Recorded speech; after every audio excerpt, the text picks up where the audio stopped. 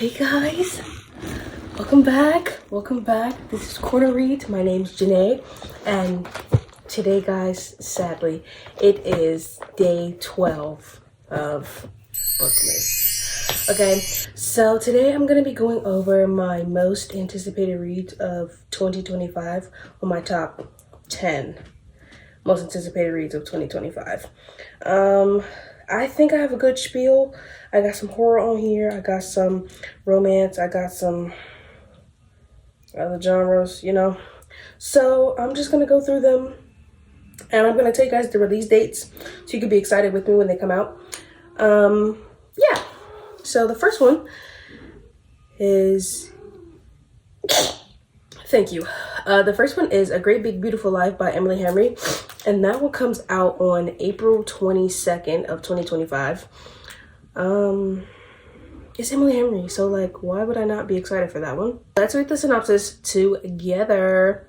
Alice Scott is an eternal optimist still dreaming of her big writing break. Hayden Anderson is a Pulitzer Prize winning human thundercloud, and they're both on balmy Little Crescent Island for the same reason, to write the biography of a woman no one has seen in years, or at least to meet with the octogenarian who claims to be the Margaret Ives. Tragic Harris, former tabloid princess and daughter of one of the most storied and scandalous families of the 20th century. When Margaret invites them both for a 1-month trial period, after which she'll choose the person who will tell her story, there are 3 things keeping Alice's head in the game. 1, Alice genuinely likes people, which means people usually like Alice, and she has a whole month to win the legendary woman over. 2, she's ready for this job and the chance to impress her perennially unimpressed family with a serious publication. 3, Hayden Anderson, who should have no reason to be concerned about losing this book, is glowering at her in a shaken to the core way that suggests he sees her as competition. But the problem is Margaret is only giving each of them pieces of her story.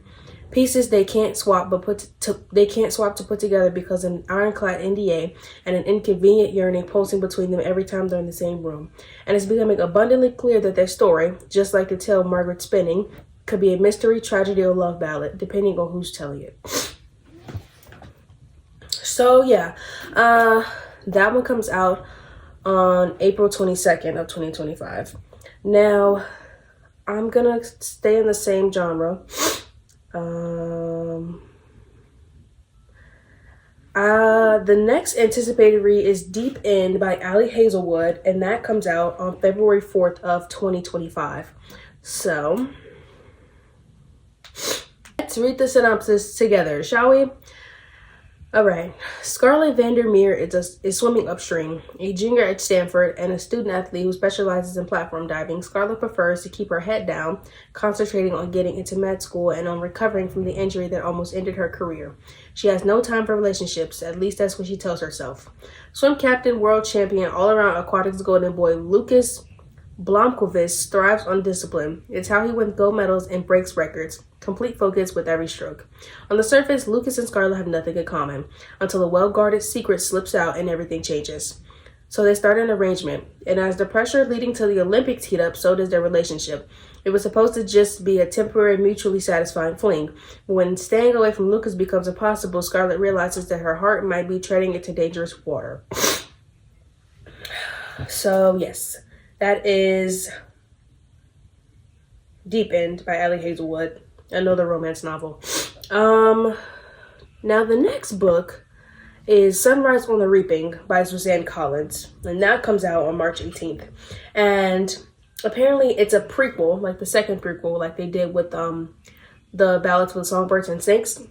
It's a prequel, the second prequel. So let's read the synopsis together.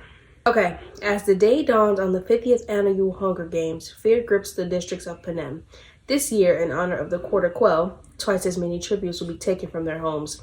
Back in District 12, Hamish Abernathy is trying not to think too hard about his chances. All he cares about is making it through the day and being with the girl he loves. When Hamish's name is called, he can feel all his dreams break. He's torn from his family and his love, shuttled to the capital with 3 other District 12 tributes. A young friend who's nearly a sister to him, a compulsive odds maker, and the most stuck-up girl in town. As the games begin, Hamish understands he's been set up to fail, but there's something in him that wants to fight, and have that fight reverberate far beyond the deadly arena. So, this is obviously the story about Hamish. and how he won the Hunger Games. I'm excited because I've always liked Haymitch. I've always wanted his story, so I'm excited that she's making one about Haymitch. So yes, that comes out once again on March 18th. The next book I have on my list is This Book Will Bury Me by Ashley Winstead. Okay, that comes out on March 25th, and let's read the synopsis together, shall we? It's the most famous crime in modern history, but only she knows the true story. After the unexpected death of her father, college student Jane Sharp longs for a distraction from her grief. She becomes obsessed with true crime, befriending armchair detectives who teach her how to hunt killers from afar. In this morbid internet underground, Jane finds friendship, purpose, and even glory. So when the news of the shocking deaths of 3 college girls in Delphine, Idaho takes the world by storm, and sleuths everywhere race to solve the crimes, Jane and her friends are determined to beat them. But the case turns out to be stranger than anyone expected. Details don't add up, the police are cagey, and there seems to be more media hype and internet theorizing than actual evidence. Which is, that happens most of the time. When Jane and her sleuths take a step closer, they find that every answer only begs more questions. Something's not adding up, and they begin to suspect their killer may be smarter and more prolific than any they faced before. Placing themselves in the center of the story starts to feel more and more like walking into a trap. Told 1 year after the astounding events that concluded the case and left the world reeling, when Jane has finally decided to break her silence about what really happened, she tells the true story of the Delphine massacres, and what she has to confess will shock even the most seasoned true crime fans. So, that is This Book Will Bury Me by Ashley Winstead, and that is coming out on March 25th. It is I would say psychological thriller, or just regular thriller, mystery thriller, suspense, crime. So yes, that is, what is that, book number 3. So the next book is called Famous Last Words by Gillian McAllister. And if you've ever read Wrong Place, Wrong Time, she wrote that. So this is another book, and it comes out on February 25th of 2025. So let's read the synopsis together. It is June 21st, the longest day of the year, and the life of new mother Camilla is about to change forever. After months of maternity leave, she will drop off her infant daughter at daycare for the first time and return to her job as a literary agent. Finally, but when she wakes, her husband Luke isn't there, and in his place is a cryptic note. Then it starts. Breaking news. A hostage situation is developing in London. The police tell her Luke is involved, but he isn't a hostage. Her husband, doting father, eternal optimist, is the gunman. Excuse me.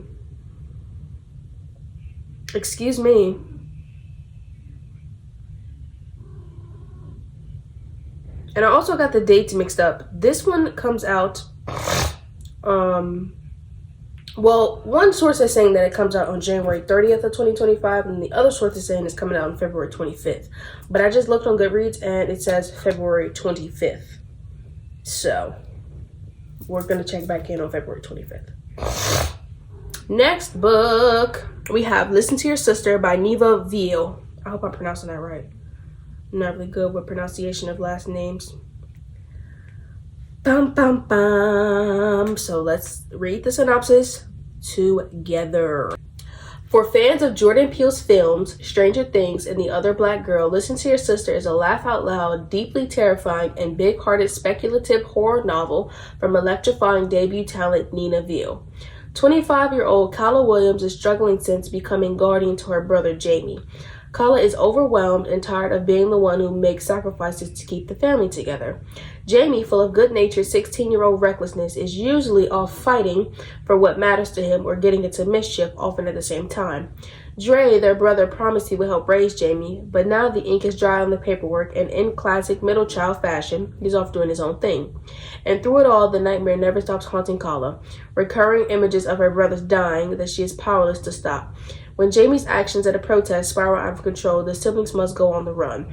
Taking refuge in a remote cabin that looks like it belongs on a slasher movie poster rather than an Airbnb, the siblings now face a new threat where their lives and reality hang in the balance. Their sister always warned them about their nightmares. They really should have listened. Her nightmares. They really should have listened. That sounds interesting, especially the part about if you like Jordan Peele novels and Stranger Things. I'm definitely excited for that one for sure. And it's a horror novel. Like I said, I was going to start reading horror novels. So, yeah. That one comes out on February 4th. So, yeah. The next book is called Something in the Walls by Daisy Pierce. Okay. Hey, I just Googled Nina Veal. She's black. Slay. Black author. Slay. Okay. Something in the Walls. Let me focus. Okay. Newly minted child psychologist Mina has little experience. In a field where the first people called her experts, she's been unable to get her feet wet. Instead, she aimlessly spends her days stuck in the stifling heat wave sweeping across Britain and anxiously contemplating her upcoming marriage to careful, precise researcher Oscar. The only reprieve from her small, close world is attending the local bereavement group to mourn her brother's death from years ago. That is, until she meets journalist Sam Hunter at the who put these two words together? At the grief group one day, when he has a proposition for her. Alice Weber is a 13-year-old girl who claims a witch is haunting her. Living with her family in their crowded home in the remote village of Benathel, Alice's symptoms are increasingly disturbing and money is tight. Taking this job will give Mina some experience. Sam will get the scoop of a lifetime and Alice will get better. Mina is sure of it. But instead of improving, Alice's behavior becomes increasingly inexplicable and intense. The town of Benathel has a deep history of superstition and witchcraft. They believe there's evil in the world. They believe there are ways of dealing with it, and they don't expect outsiders to understand. So it's giving a little Children of the Corn, you know what I'm saying? Plus, I would say Exorcist, but who knows what's going to happen with this one. But it sounds very interesting. And these are all new authors, except for Allie Hazelwood and Suzanne Collins and Emily Henry. These are all new novels. I've never read novels from these authors on this list. And that comes out on February 25th. So, yeah. The next book is called 3 Days in June by Ann Tyler. And that comes out on February 11th. But for now, let's read the synopsis together, shall we? A new Ann Tyler novel destined to be an instant classic. A socially awkward mother of the bride navigates the days before and after her daughter's wedding. Gail Baines is having a bad day. To start, she loses her job, or quits, depending on whom you ask. Tomorrow, her daughter Debbie is getting married, and she hasn't even been invited to the spa day organized by the mother of the groom. Then, Gail's ex-husband, Max, arrives unannounced on her doorstep carrying a cat, without a place to stay, and without even a suit. But the true crisis lands when Debbie shares with her parents a secret she has just learned about her husband-to-be. It would not only throw the wedding into question, but also stir up Gail and Max's past. Told with deep sensitivity and a tart sense of humor, full of the joys and heartbreaks of love and marriage and happy life, 3 Days in June is a triumph and gives us the perennially best-selling Pulitzer Prize winning writer at the height of her powers. Okay, sounds like a mess. Sounds like my big fat Greek wedding. I'm excited. I love books that are a mess. Like seriously, those are my favorite types of books. So, Ann Tyler, February 11th, 3 Days in June. 2 more books, I swear, and I get you out of here. Next book is called The Little Girls Who Grew Big by Leila Motley. Okay, and this one comes out on June 24th of 2025. So, I don't have any books that come out in January, but that's what my January TBRs are for, while I'm waiting for these books to drop. So, exactly. Think smarter, not harder. Okay. Adela Woods is 16 years old and pregnant. Her parents banished her from her comfortable upbringing in Indiana to her grandmother's home in the small town of Padua Beach, Florida. When she arrives, Adela meets Emery, who brings her newborn to high school, determined to graduate despite the odds. Simone, mother of 4-year-old twins who weighs an abortion in the heart of the South, and the rest of the girls, a group of outcast young moms who raise their growing brood in the back of Simone's red truck. The town thinks the girls have lost their way, but really they are finding it, looking for love, making and breaking friendships, and navigating the miracle of motherhood and the paradox of girlhood. Full of heart and life and hope, set against the shifting sands of these friend secrets and betrayals, The Girls Who Grew Big confirmed Leila Motley's promise and offers an explosive new perspective on what it means to be a young woman. So, yeah. It's, actually, as I was reading it, I was kind of like, oh, so this is kind of like The Wish by Nicholas Sparks, because in The Wish, the main character gets pregnant and then she gets sent off to live with her great aunt or whatever in a different town. So, yeah, it's kind of Most not kind of not like that, but whatever, okay? And the last book, my last book on the 10 most anticipated reads of 2025 is called Victorian Psycho by Virginia Fieto. Victorian Psycho. And I was like, well, we got American Psycho, and that was good. So why not do Victorian Psycho? So I was like, let me add this to the list because this sounds real interesting. All right. From the devious author of Mrs. March comes a gruesome and gleeful new novel that probes the psyche of a bloodthirsty governess. Winifred Naughty arrives at Intor House prepared to play the perfect Victorian governess.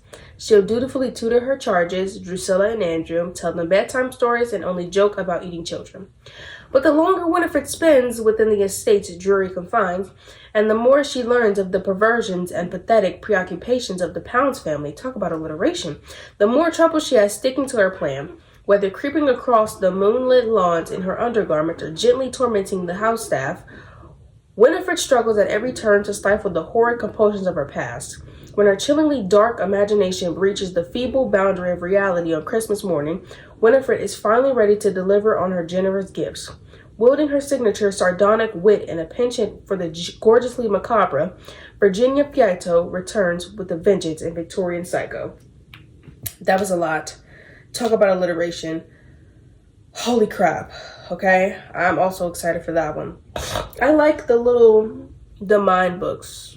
Like, I love those. Those are my favorite ones. But that is the last one on the list, and that comes out February 4th. So, based on my list, that might be the first book that I'm reading. No, Deep End comes out February 4th. Listen to Your Sister comes out February 4th. I'm excited for that one, seriously. And Victorian Psycho comes out February 4th. So, seems like I'll be reading those first.